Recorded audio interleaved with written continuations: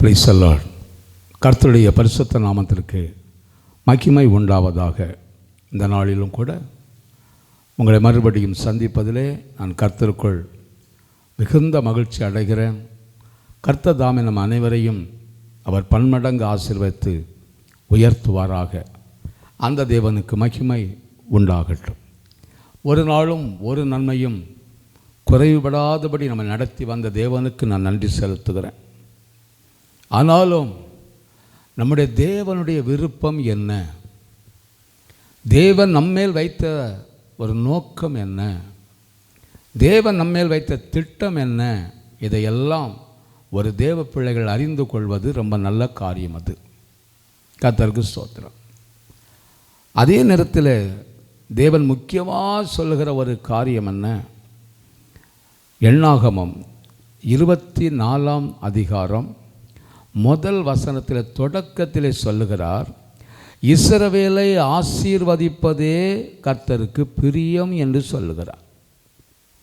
அப்படியானால் தேவன் என்ன விரும்புகிறார் என்றால், தேவனுடைய பிள்ளைகள் எல்லாரும் ஆசீர்வாதமாக இருக்க வேண்டும் என்று தேவன் விரும்புகிறார். கர்த்தருக்கு ஸ்தோத்திரம். அது தேவனை தேடுகிற பிள்ளைகளுக்கு மட்டும்தானா என்று நினைக்கக்கூடாது. தேவனை தேடாத பிள்ளைகள் எத்தனையோ பேர் இருக்கிறாங்க. அவங்களும் ஒருவேளை தேவனை நோக்கி எங்களையும் ஆசீர்வதிங்கப்பா, ஏசப்பா நீங்கள் எங்களையும் ஆசீர்வதிங்கன்னு சொல்லி ஆண்டவரை அறியாதவர்களும் தேவனிடத்தில் கேட்கிற பொழுது தேவன் அவர்களையும் ஆசீர்வதிக்க வல்லவராய் இருக்கிறார். அந்த தேவனுக்கு மகிமை உண்டாகட்டும்.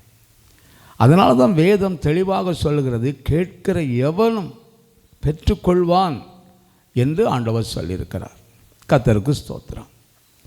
ஆகினால இந்த நாளில் இந்த தேவ செய்தியை கேட்பதற்கு ஆயத்தமாக இருக்கிற தேவ ஜனமே, ஒருவேளை நீங்கள் எதிர்பார்த்த நன்மைகள் ஆசீர்வாதங்கள் உங்களுக்கு கிடைக்காமல் இருக்கலாம், இதுவரை அது வராமல் இருக்கலாம். அதை கண்டு நீங்கள் சோர்ந்து போகாதீங்க. நிச்சயமாகவே தேவனுடைய விருப்பம் எதுவோ அதை உங்கள் வாழ்க்கையில் கட்டாயம் நிறைவேற்றுவார். நீங்கள் சங்கடத்தில் இருக்கணும், வியாதியில் இருக்கணும், மரண போராட்டத்தில் இருக்கணும், பிரச்சனையில் இருக்கணும், பாடுகளில் இருக்கணும், கண்ணீரில் இருக்கணும், கவலையோடு இருக்கணும் என்று சொல்லி தேவன் விரும்பினதே கிடையாது. எல்லாரும் நல்லா இருக்கணும், எல்லாரும் ஆசீர்வாதமாக இருக்கணும், எல்லாரும் சமாதானமாக இருக்கணும், எல்லாரும் சந்தோஷமாக இருக்கணும், எல்லாரும் ஒரு ஐக்கியமாக இருக்கணும், எல்லாரும் தேவனை தேடணும், எல்லாரும் தேவராஜ்யத்துக்கு வரணும். இது தேவனுடைய விருப்பம். கர்த்தருக்கு ஸ்தோத்திரம். இந்த விருப்பம் தான் அநேக ஊழியக்காரங்களுக்கும் இருக்கும். கர்த்தருக்கு மாத்திர மகிமை உண்டாகட்டும். அப்படியானால் ஒவ்வொரு தேவ பிள்ளைகளும் ஆசீர்வாதமாக இருக்கணும். ஒரு குறையும் உங்கள் குடும்பத்தில் இருக்கவே கூடாது, உங்கள் வாழ்க்கையில் ஒரு குறையும் இருக்கக்கூடாது என்கிற விருப்பம் யாருக்கு உண்டுன்னா கர்த்தராகிய இயேசுவுக்கு கரெக்டாக உண்டு. ஆகினால தான் அவர் சொன்னார், நீ ஆசீர்வாதமாக இருப்பதை நான் விரும்புகிறேன், இஸ்ரவேலே நான் ஆசீர்வதிப்பதையே எனக்கு பிரியம் என்று சொன்னார். அவர் தேவனுடைய பிள்ளைகளை ஆசீர்வதிப்பது தேவனுக்கு பிரியம். இதை கேட்டுக்கொண்டிருக்க தேவ ஜனமே, நீங்கள் ஆசீர்வாதமாக இருக்க வேண்டியது தேவனுடைய விருப்பம். உங்கள் வீட்டை வந்து தட்டி பார்த்தால் அங்கு ஒரு குறைவையும் காணக்கூடாதான் வேதம் சொல்லுகிறது. இப்போ ஒரு குறைவில்லாமல் நீங்கள் ஆசீர்வாதமாக இருக்கணும்னு தேவன் விரும்புகிறார். ஆனாலும் நம்ம வாழ்க்கையில் பல குறைகள் இருக்கிறது. தேவனை தேடுகிற பிள்ளைகள் வாழ்க்கையிலும் பல குறைவுகள் இருக்கிறது. தேவனை தேடாத பிள்ளைகள் வாழ்க்கையிலும் பல குறைவுகள் இருக்கிறது. கர்த்தருக்கு ஸ்தோத்திரம். ஏன் அந்த குறைவுகள் இருக்கிறது? தேவனைத்தானே தேடுகிறோம், நாம் தேவனைத்தானே ஆராதிக்கிறோம். ஆனால் ஏன் நம்முடைய வாழ்க்கையில் இவ்வளவு குறைவுகள்? அதைத்தான் கொஞ்சம் நம்ம சிந்திக்க போகிறோம். தேவ பிள்ளைகள் கொஞ்சம் நம்ம கவனித்தால் நிச்சயமாகவே பெரிய ஆசீர்வாதத்தை பெற்றுக்கொள்ள முடியும் என்று நான் விசுவாசிக்கிறேன். காரணம், நம்முடைய குடும்பங்கள் ஆசீர்வதிக்கப்படாமல் இருப்பதற்கு என்ன காரணம்? நம்முடைய பிள்ளைகள் ஆசீர்வாதம் இல்லாமல் இருப்பதற்கு என்ன காரணம் என்பதை குறித்து தேவனுடைய பிள்ளைகள் கொஞ்சம் நம்ம ஆராய்ந்து பார்க்கிறது அவசியமாக இருக்கிறது. கர்த்தருக்கு ஸ்தோத்திரம். இன்றைக்கி அநேகர் சொல்லுவாங்க, நான் பல தரிசனங்கள் வழியாக என்னோட கர்த்தர் பேசியிருக்கிறார் பிரதர், பல சொப்பனங்கள் வழியாக பேசியிருக்கிறார். நான் ஒவ்வொரு நாளும் பைபிள் வாசிக்கும் போது பைபிள் வசனத்தை கொண்டு கர்த்தர் என்னிடத்தில் பேசியிருக்கிறார். நான் சபையில் போய் தேவ செய்தியை கேட்கும்போது தேவ செய்தி மூலமாய் அந்த பாஸ்டர் மூலமாய் கர்த்தர் என்னோடு கூட பேசியிருக்கிறார். பல தரிசனங்களை நான் கண்டிருக்கிறேன். ஆனால் இந்நாள் வரை நிறைவேறல பிரதர், இந்நாள் வரையில் நிறைவேறலை என்று சொல்லி புலம்புகிறவர்கள் எத்தனையோ பேர் இருக்கிறார்கள், எத்தனையோ பேர் இருக்கிறார்கள். எல்லா காரியமும் இப்போ நடந்துடும் தான் எதிர்பார்த்துட்டு இருந்தோம். ஆனால் ஒரு காரியம் நடந்தபாடு இல்லை. இன்றைக்கு வரையிலும் வேதனையும் கண்ணீருமாகத்தான் இருக்கிறோம், இன்றைக்கு வரையிலும் பாடுகள் நிறைந்து தான் இருக்கிறோம் என்று சொல்லி அநேகர் சொல்லுகிறத நம்ம பார்க்கிறோம். கர்த்தருக்கு ஸ்தோத்திரம். அதுக்கு என்ன காரணம்? அதுக்கு என்ன காரணம் தெரியாது. கடந்த நாளில் ஒரு வீட்டில் ஜெபிக்க போயிருந்தேன். அவர்கள் சொன்ன ஒரு காரியம், பிரதர், நாங்கள் தேவனிடத்தில் என்னெல்லாமோ கேட்டோம், எங்களுக்கு என்னென்ன ஆசீர்வாதம் வேணுமோ அதையெல்லாம் கேட்டோம் பிரதர், எல்லா ஆசீர்வாதத்தையும் தேவன் தந்தார், இல்லைன்னு சொல்லவே முடியாது. ஆனால் இப்போ 2 காரியத்துக்காக ஜெபம் பண்ணிக்கிட்டே இருக்கிறோம். அந்த 2 காரியம் இதுவரை நடக்கவே இல்லை பிரதர், நடக்கவே இல்லை. ஏன் இவ்வளவு ஆசீர்வாதத்தை தந்த தேவன் ஏன் இந்த 2 காரியத்தையும் அந்த அதில் ஆசீர்வாதம் இல்லாமல் தடையாகவே இருக்கிறது? என்ன காரணம் தெரியல. அது தெரிய வேண்டியதுதான் தேவனுடைய பிள்ளைகளுக்கு அவசியம். அது தெரிந்து கொள்வதற்கு நீங்கள் ஒன்றிலே ஜெபிக்க வேண்டும், அல்லது சத்திய வசனத்தை புரட்டி ஆராய்ந்து பார்க்க வேண்டும். இல்லை என்று சொன்னால் சபைக்கு ஒழுங்காக போய் சபையிலே தேவ மனுஷன் மூலமாய் தேவ ஊழியக்காரர்கள் மூலமாய் என்ன செய்திகள் வருகிறதோ அதை கவனமாய் கேட்டு அதுக்கு அந்த தேவ செய்திக்கும் எனக்கும் என்ன சம்பந்தம் இருக்கிறது, அந்த தேவ செய்திக்கும் என் குடும்பத்துக்கும் ஏதாவது ஒத்து போகுதா, இல்லை அந்த தேவ செய்தி மூலமாக கர்த்தருடைய ஆவியானவர் என் குறைகளை சொல்லுகிறாரா, என்னுடைய தவறுகளை தேவ செய்தி மூலமாக சொல்லுகிறாரா என்று சொல்லி சபையில் போய் இருந்து ஆராய்ந்து பார்க்கிற தேவ பிள்ளைகளுக்கு பதிலை கர்த்தர் கொடுக்க வல்லவராய் இருக்கிறார். கர்த்தருக்கு ஸ்தோத்திரம். இன்றைக்கி சபைக்கு போவோம், ஆனால் அங்கே தேவ மனுஷன் மூலமாக பல செய்திகள் வரும். அதில் நம்முடைய குறைகளை சுட்டி காட்டி சில செய்திகள் வரும்போது தேவ பிள்ளைகள் என்ன நினைக்கிறாங்கன்னா, என்னை தான் குத்தி பேசுகிறார், என்னை தான் குத்தி பேசுகிறாருன்னு அவங்க நினைப்பாங்க. பக்கத்தில் இருக்குன்னு சொல்கிறான், பார்த்தியா பாஸ்டர் யாரை குறித்து பேசுகிறான்னு தெரியல, அப்போ உனக்கு எல்லாம் உனக்கு தான், எல்லாம் ஒன்றை குறித்து தான் பேசுகிறாருப்பாங்க. அது இன்னும் கொஞ்சம் வேதனையாக போயிடும் பாருங்க. அடுத்த வாரம் ஆளை காணாது. ஏன்னு போய் கேட்டால், ஆமாம் நீங்கள் சும்மா இப்படி குத்தி பேசுகிறேன், நான் எப்படி சபைக்குள்ளே இருக்க முடியும் அப்படின்னு சொல்லிடுவோம். ஆனால் ஒரு காரியத்தை மறந்துடும் பாருங்க, இப்படி பாஸ்டர் மூலமாய் தேவன் என்னுடைய குறைகளை வெளிப்படுத்துகிறார், அந்த குறையை நான் நீக்கிட்டோம்னு சொன்னால் நிச்சயமாகவே என்னை தேவன் ஆசீர்வதிப்பாருங்கிற அந்த எண்ணம் ஏன் வரமாட்டேங்குது, அந்த எண்ணம் ஏன் வரமாட்டேங்குது? அதனால தான் வேதம் சொல்கிறது, சாத்தான் தந்திரமானவன், அவன் எங்கே உங்களை எப்படி கவுக்கணுங்கிறது அவனுக்கு நல்லாவே தெரியும். சத்திய வசனத்தை கேட்டுக்கிட்டே இருப்பான், ஒன்றுமே புரியாது, ஏன்னா உள்ளே போகிறதுக்கு அவன் அனுமதிக்க மாட்டான். ஆகியால் தான் நம்ம குடும்பங்களில் பல ஆசீர்வாதங்கள் தடைப்பட்டு போய் இருக்கிறது. கர்த்தருக்கு ஸ்தோத்திரம். நான் அடிக்கடி சபையில் சொல்லுவேன், சபையை நம்ம பூட்டிக்கிட்டு உள்ளே இருக்கிறோம், எல்லாரும் இருந்து ஜெபம் பண்ணிகிட்டு இருக்கிறோம். வெளியே இருந்து ஒரு சகோதரன் பாஸ்டர் பாஸ்டர் பாஸ்டர்னு கதவை தட்டிகிட்டு இருக்கிறான்னு வச்சுக்கிடுங்களேன்.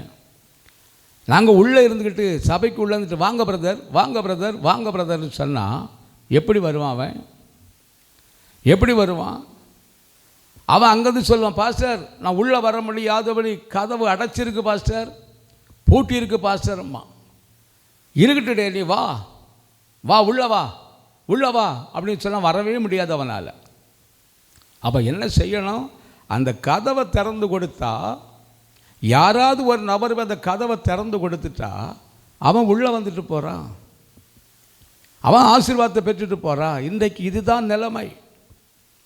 இன்றைக்கு இதுதான் நிலைமை. என்ன நிலைமை?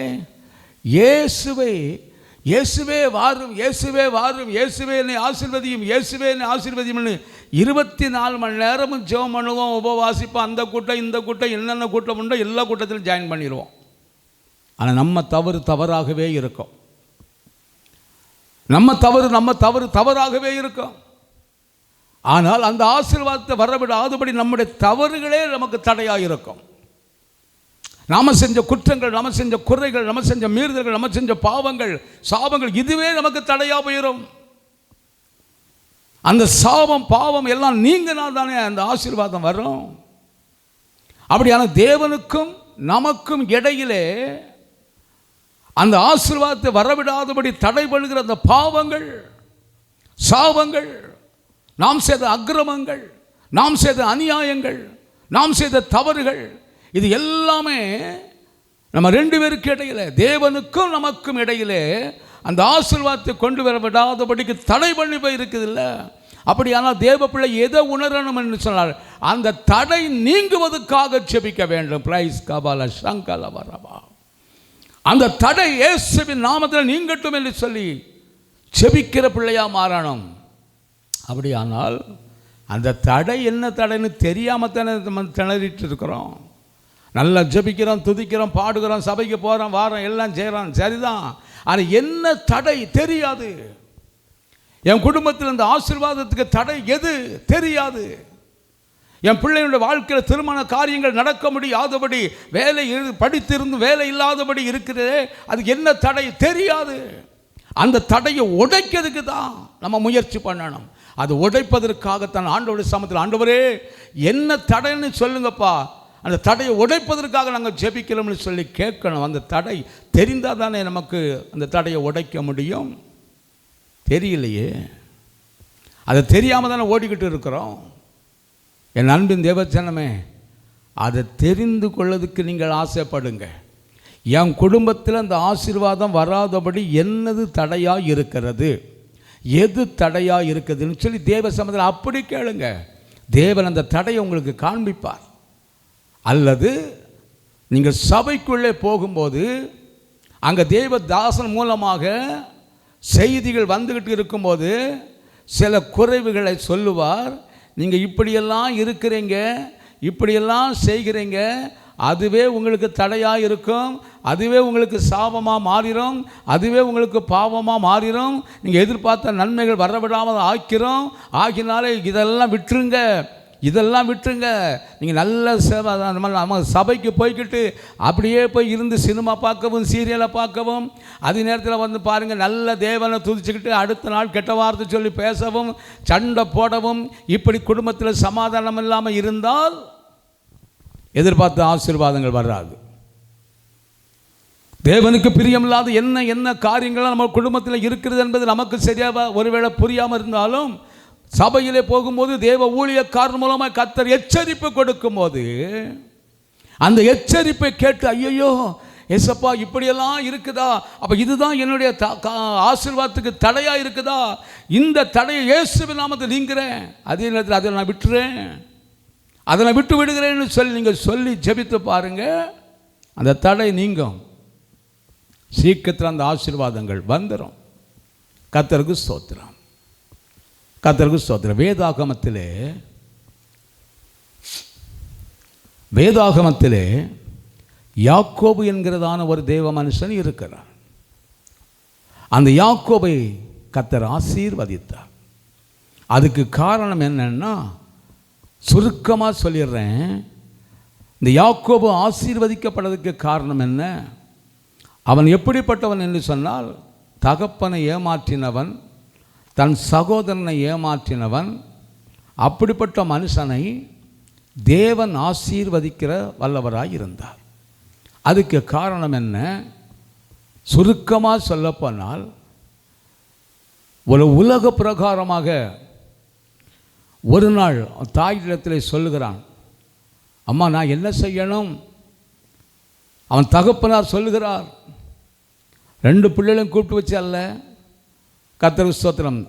அந்த தகப்பனார் அந்த ஏசா என்கிறதான மூத்த மகனை கூப்பிட்டு சொல்லுகிறார், மக்களே எனக்கு வயசாயிட்டு, அதனால் நீ எனக்கு நல்ல ருசியாக சாப்பிடும்படியாக நல்ல ஒரு ஆட்டை அடிச்சுட்டு வா, எனக்கு சமைச்சு கொண்டுட்டு வா, நான் சாப்பிட்டுட்டு உன்னை ஆசீர்வதிக்கணும் மக்களே அப்படின்ட்டார். உடனே ஓடி போயிட்டான் ஏசா என்கிற மூத்த மகன். உடனே ஓடி போயிட்டான். அப்பா சொல்லிட்டார், அப்பாவுக்கு நான் இதை செய்யாமல் வேறு என்ன செய்யணும், உடனே ஓடி போயிட்டான் பாருங்க. இதை ஒட்டு கேட்டுட்டு இருந்தவ யாருன்னா அந்த தகப்பனுடைய மனைவியாக இந்த யாக்கோபுடைய அம்மா. இந்த அம்மா கேட்டுட்டு நேராக பார்த்தா யாக்கோபை கூப்பிட்டான், யாக்கோபுங்க வா. இவன் எப்படிப்பட்டவன்னா 24 மணி நேரம் வீட்டுக்குள்ளேயே இருக்கிறவன். அவங்க அம்மாவையே சுற்றி சுற்றி வரக்கூடியவன். எங்கே போனாலும் அம்மா அம்மா அம்மானே இருக்கக்கூடியவன். அம்மா வார்த்தை நல்லா கீழ்ப்படியக்கூடியவன், பெற்றோர்களுக்கு கீழ்ப்படியக்கூடியவன். கர்த்தருக்கு ஸ்தோத்திரம். அவங்க அம்மா சொன்னாங்க, டேய் உங்கள் அப்பா நல்லா சாப்பிட்டுக்கிட்டு உங்கள் அண்ணனை ஆசீர்வச்சிருவார், உனக்கு ஆசீர்வாதம் இல்லாமல் போயிடும் மக்களே, அதனால் நான் சொல்லுது நீ கேட்கணும். சரிம்மா சொல்லுங்கண்ணா. நீ ஒரு ஆட்டை பிடிச்சிட்டு வா, நான் உனக்கு சமைச்சு தாரேன், நேரம் உங்கள் அப்பாட்ட கொண்டு கொடு, உடனே அவர் ஆசீர்வதிக்கட்டும்ன்ட்டான். இவனுக்குள்ளே ஒரு சின்ன சந்தேகம் வந்துட்டு. என்ன சந்தேகம்னா, எம்மா அண்ணனுக்கும் எனக்கும் வித்தியாசம் உண்டு, அண்ணனுடைய உடம்பு முழுவதும் ரோமமாக இருக்குமே, எனக்கு அப்படி இல்லையே, ஒருவேளை நான் சாப்பாடை கொண்டு கொடுக்கும்போது நீ ஏசாதானேன்னு சொல்லி கேட்டு என்ன தடவி பார்த்துட்டாருன்னா சிக்கல் ஆயிருமேம்மா அப்படின்னா. அப்படி தடவி பார்த்து நீ ஏசா இல்லை நீ யாக்கோபுன்னு புரிஞ்சுக்கிட்டாருன்னா என்னை ஆசீர்வதிக்கிறதுக்கு பதிலாக சபிச்சிருவாரே. என்ன சொல்கிறான் கவனிச்சிட்டீங்களா? என்னை ஆசீர்வதிக்கிறதுக்கு பதிலாக சபிச்சிட்டாலும் அந்த சாபம் என் மேலே தலைமுறைக்கு வந்து விழுந்துருமேம்மா, எனக்கு பயமாக இருக்கணும். அந்த சாபம் எனக்கு வந்து விழுந்துருமே, அது என் சந்ததியை பாதிச்சிருமே, என் வாழ்நாள் முழுது அந்த சாபம் மாறாமல் போயிருமே அப்படின்னு பயப்படுறான் பாருங்க. யாக்கோபு ஆசீர்வதிக்கப்படக்கு முதல் காரணமே உலக பிரகாரமான சாபத்துக்கு அவன் பயப்படுகிறான். 2வது அவன் தேவனுக்கு பயப்படுறான் பாருங்க. அப்படியால என்ன, தேவன் என்னை ஆசீர்வதிக்கணும், எங்கள் அப்பா என்னை ஆசீர்வதிக்கணும் அப்படின்னா இந்த 2க்கு இடையில் அந்த சாபம் வந்து எனக்கு தலைமுறை பாதிச்சிருமே, என் பிள்ளைகளுக்கும் பாதிச்சிருமே.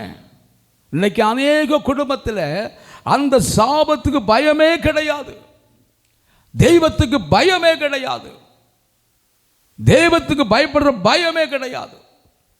நினைப்பேன், நான் கிறிஸ்தவன் தானே, நான் சர்ச்சுக்கு தானே போகிறேன், அதனால் ஒன்றும் செய்யாது, எனக்கு ஒரு சாபம் வராதுலான்னு சொல்லிக்கிட்டு சாபமான காரியத்தை செய்வோம் பாருங்க. அதுவே நம்ம குடும்பத்துக்கு சாபமாக மாறிடும். தேவனால் ஆசீர்வாதம் வருவதற்கு அதுவே தடையாக மாறிடும். இந்த பாவ சாபங்களை முற்றிலுமாக நீங்காதபடிக்கு இருக்குமானால் அந்த குடும்பத்தில் ஒரு ஆசீர்வாதம் தங்காது. பிள்ளைகளோட வாழ்க்கையில் இன்றைக்கி அநேக குடும்பங்களில் பார்த்துட்டிங்கன்னா சமாதானம் இருக்காது, சாபம். இன்றைக்கி அநேக குடும்பத்தில் பிள்ளைகளுக்கு திருமணம் ஆகாதபடி லேட்டாகி போய்கிட்டே இருக்கும், சாபம். ரொம்ப வயசாகி திருமணம் ஆகாமலே சில குடும்பங்களில் இருக்கும், சாபம். சில குடும்பங்களில் பார்த்தீங்கன்னா குழந்தை பாக்கியம் இல்லாமல் இருக்கும், சாபம். கர்த்தருக்கு ஸ்தோத்திரம்.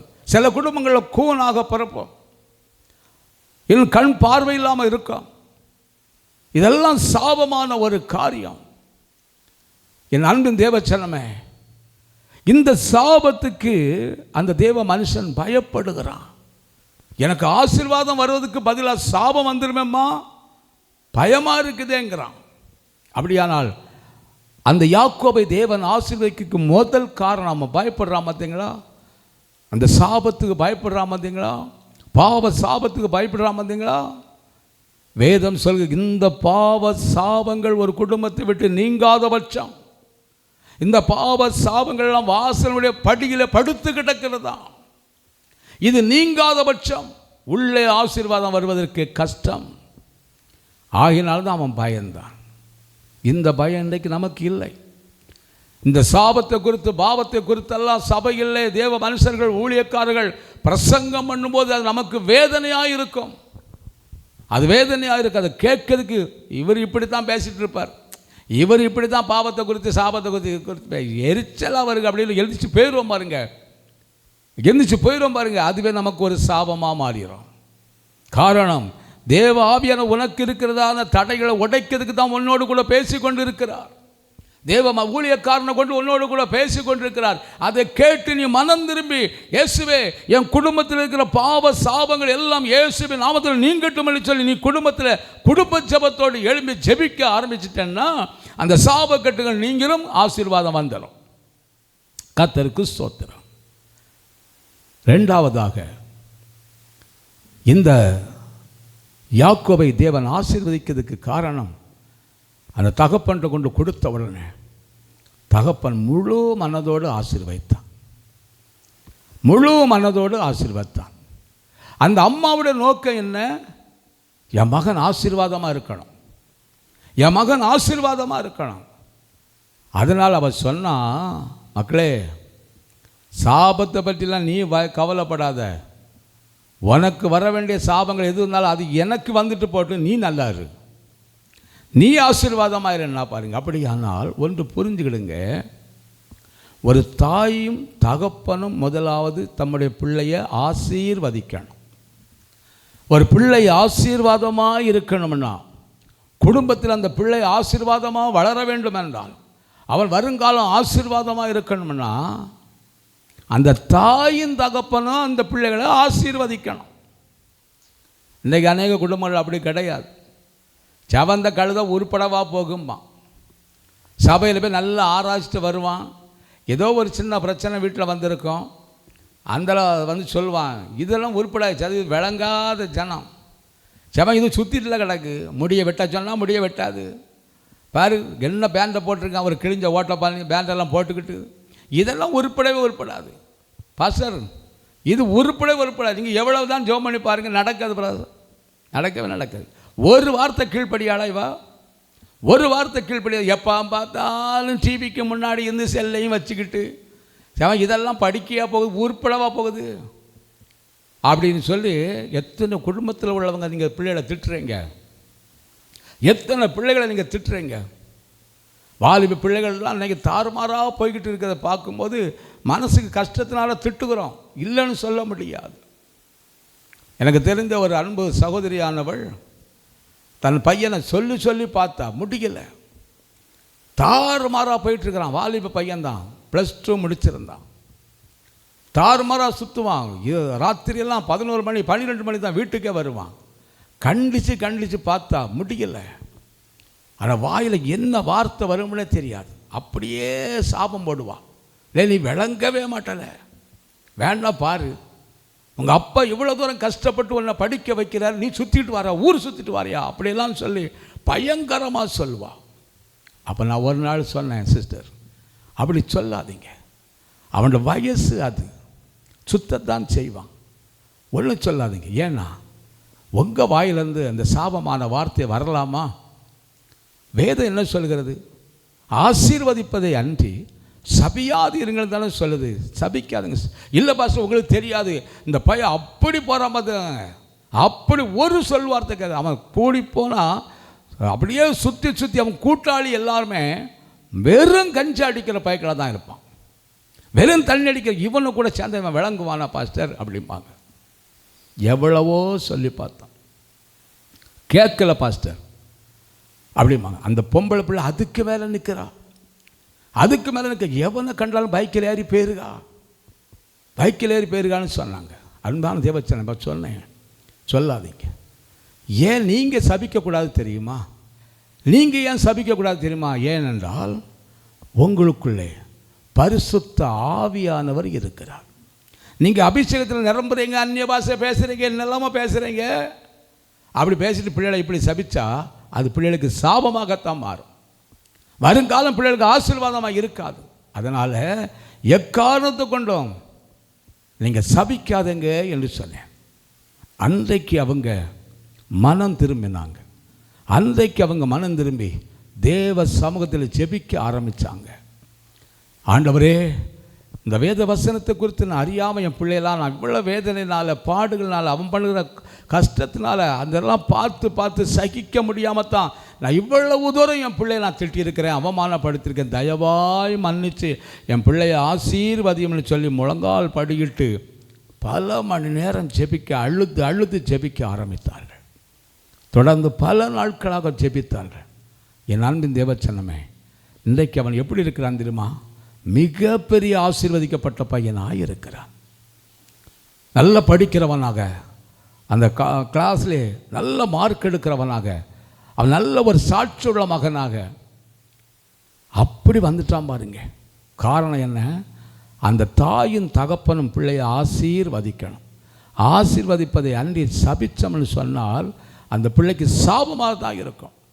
இங்கே இங்கே இந்த யாக்கோபுடையதான தாயின் தகப்பனும் யாக்கோபை அப்படி ஆசீர்வதித்தாங்க. அந்த ஆசீர்வதித்தது நிமித்தமாக அவன் ஆசீர்வாதமாக இருக்கும்படி கர்த்தரே உதவி செய்தான். என்னை கேட்டுக்கொண்டு தேவ பிள்ளையே, உங்கள் வாழ்க்கையில் உங்கள் பிள்ளைகள் தாறுமாறாக நடக்கலாம், அல்லது உங்களிடத்தில் பல தவறுகள் இருக்கலாம். நீங்கள் முன்னோர்கள் செய்த பாவமும், பெற்றோர்கள் செய்த பாவமும், நீங்கள் செய்த பாவமும் அது வீட்டினுடைய வாசல் படியில் கிடக்கிற வரையிலும் ஆசீர்வாதம் தங்காது, ஆசீர்வாதம் வரவும் செய்யாது. ஆகினாலே ஒருவேளை நீங்களும் ஆண்டவரே, நானும் என் பிள்ளையெல்லாம் இப்படியெல்லாம் திட்டிருக்கிறேனே, இப்படியெல்லாம் பிள்ளைகளை அவமானப்படுத்தின நாட்கள் உண்டு, அதனால தான் என் பிள்ளைகள் இன்றைக்கி ஆசீர்வாதம் இல்லாமல் இருக்கிறாங்க. ஏசப்பா, என் நிமித்தம், என்னுடைய கணவர் நிமித்தமும் என் நிமித்தமும் நாங்கள் செய்த பாவ சாபத்தின் நிமித்தமாய் என் பிள்ளைகள் ஆசீர்வாதம் இல்லாமல் இருக்கிறது எங்களால் பார்க்க முடியல. தயவாய் இன்றைக்கு நாங்கள் உம்முடைய சமூகத்தில் எங்கள் பாவ சாபத்தில் அறிக்கை பண்ணி ஜெபிக்கிறோம். தயவு செய்து எங்களை மன்னித்து என் பிள்ளைகளை ஆசீர்வதியும்னு சொல்லி கேட்டு பாருங்க. நிச்சயமாக உங்கள் பிள்ளைகளை கர்த்தர் ஆசீர்வதிப்பார். நீங்களும் ஆசீர்வாதமாய் இருக்கும்படியாக கர்த்தர் உதவி செய்வார். கண்களை மூடி ஜெபிப்போமா? மகா இரக்கமும் கிருபையும் நிறைந்த நல்ல ஆண்டவரே, இந்த நாளிலே இந்த தேவ செய்தியை கேட்டுக்கொண்டு ஒவ்வொருவருடைய உள்ளத்திலும் பேசுவீராக. இந்த ஆசீர்வாதிக்கப்பட்ட அந்த நல்ல நாளிலே அவர்கள் எல்லாரும் ஆசீர்வாதமாக இருக்கணும், குடும்பம் ஆசீர்வாதமாக இருக்கணும், பிள்ளைகள் ஆசீர்வாதமாக இருக்கணும், எதிர்பார்த்த காரியங்கள் எல்லாவற்றிலும் ஒரு ஆசீர்வாதம் நம்பிக்கை உண்டாகட்டும். அவர் ஆசீர்வாதத்தை அளவில்லாமல் அள்ளிக்கொடும். உமது கிருபைக்குள்ளாக மூடி மறைத்து பாதுகாத்துக்கொள்ளும்.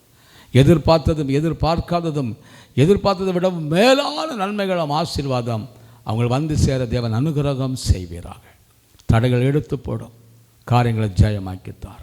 இயேசுவின் நாமத்தினாலே கேட்கிறோம் நல்ல பிதாவே. ஆமென், ஆமென், ஆமென். கலங்கா தேவ பிள்ளை, கர்த்தர் உங்களை ஆசீர்வதிப்பார். ஆமென்.